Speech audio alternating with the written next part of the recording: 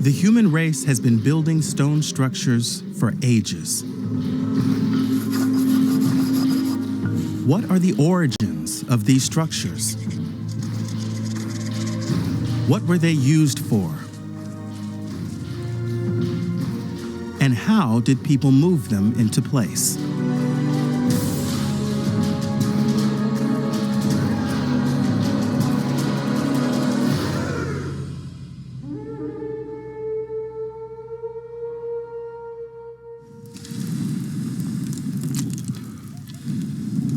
About 10,000 years ago, humans became sedentary. They started growing crops and raising livestock. Neolithic people were no different from ourselves. They appreciated the finer things in life, the aesthetics. The legacy of the Neolithic age endures to this day. The Neolithic people were the first to become heavily dependent on material goods, just as we are today.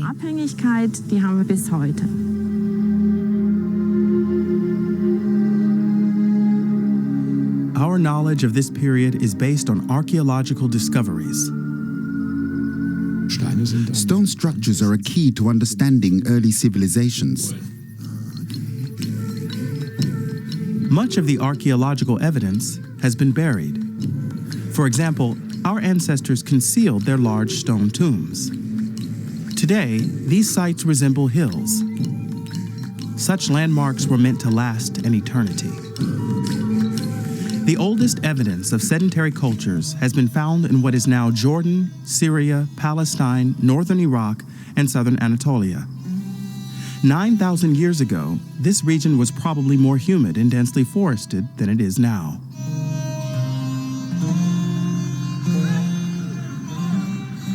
Archaeologists discovered several prehistoric settlements near the ruins of the ancient city of Petra in southwestern Jordan. Bayah is about 10 kilometers west of Wadi Musa, or the Valley of Moses.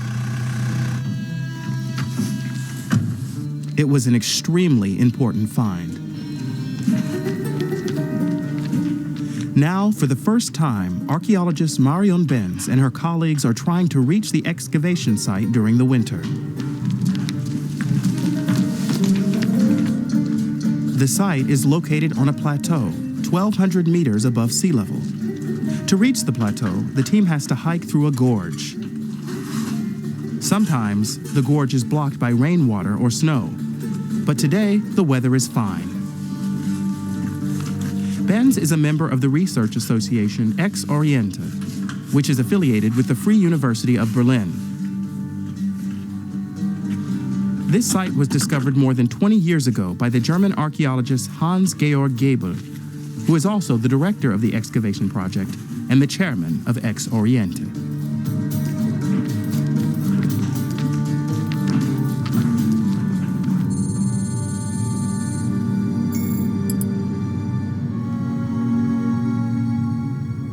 So far, the team have carried out excavation work at 6 different sites in the area and have taken samples from several others.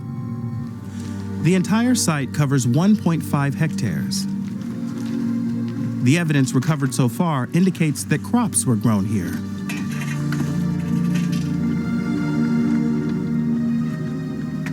One of the big questions for us is, why would people want to settle up here?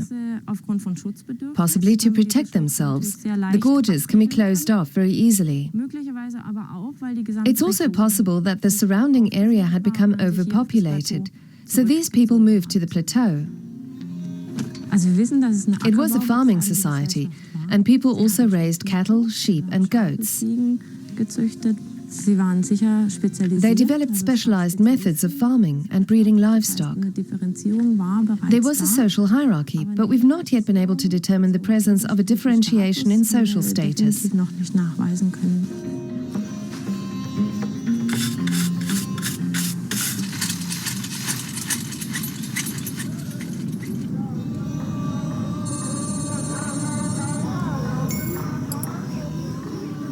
The houses are all about the same size, and that indicates that this was an egalitarian society.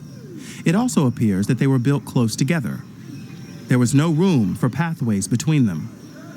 The rooms of the houses were very small.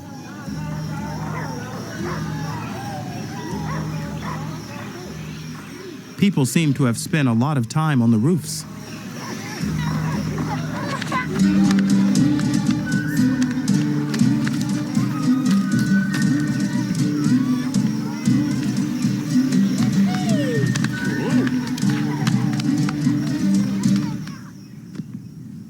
The small chambers were used to store food and house livestock. This site was very carefully planned. For example, we determined that all three of these passageways are the same height. And the masonry is quite neatly layered in places. So it's likely that specialists did it in the early days of the settlement. On the other hand, they knew nothing about using support beams to shore up the walls. So they kept the walls from falling down by building the structures that you see here.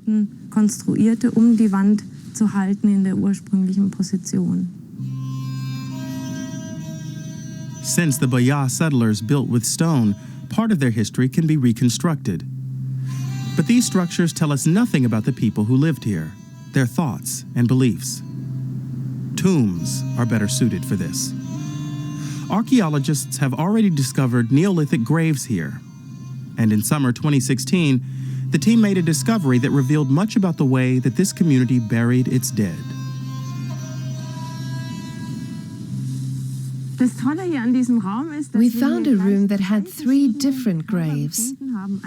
It was a collective site where adults and children were buried together. There was also a superb example of an individual site, which contained a rich assortment of burial items. We also found a grave in which 2 children, aged 3 to 5 years old, and a baby were buried. Genetic analysis might help determine the relationships among the deceased. But it's not yet clear whether the bone material will provide enough DNA.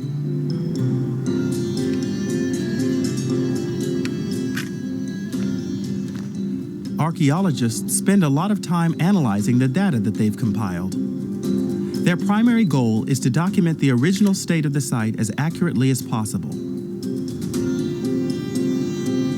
The excavation work at the Bayah site indicates that it was an autonomous settlement that had no recognizable social hierarchy. If so, that was a remarkable achievement.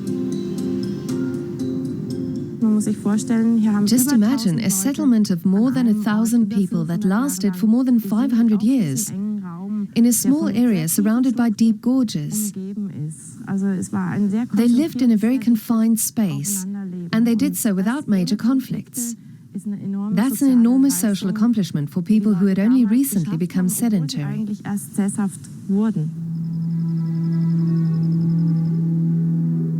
It's not yet clear why the settlement was later abandoned.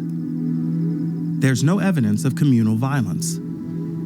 It's possible that the residents depleted the local forests and grazing land.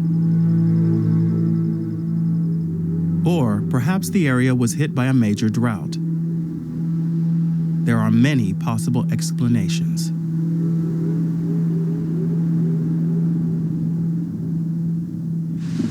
Scientists have proven the existence of one major climate phenomenon that changed living conditions throughout the Mediterranean region.